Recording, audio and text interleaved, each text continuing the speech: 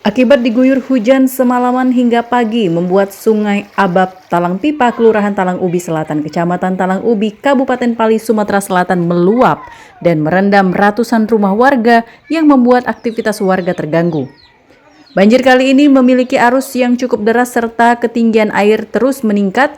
Saat ini ketinggian air sudah mencapai 1,3 meter. Warga masih bertahan di rumah untuk menjaga barang perabotan mereka, mengingat mayoritas rumah mereka merupakan rumah panggung. Meskipun warga mengaku sudah terbiasa dengan banjir tahunan ini, namun kali ini banjir cukup tinggi dan arusnya deras. Mereka mengalami kesulitan beraktivitas menerjang banjir. Banjir. Dalam susah tak? Ini dah besar kalau no. Bola biasa. Lah biasa ya. Bola biasa. Cuman yang ini agak dalam. Agak dalam ya. Iya. Deras arusnya. Hah? Arus juga deras ya. Deras ini.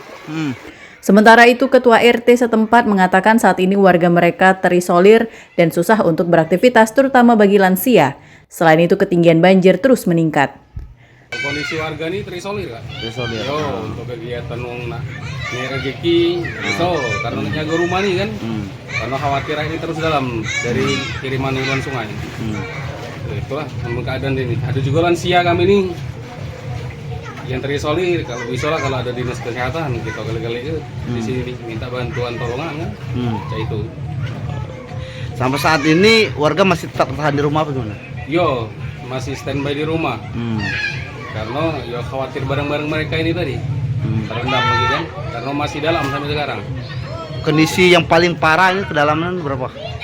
Kalau di bagian huluan situ dekat rumah kita lewe itu adalah 1,3 meteran. 1,3 meter. Kita lewat batas pinggang gitu. Meskipun banjir kian meningkat, warga masih bertahan di rumah, namun dihimbau agar terus tetap berhati-hati.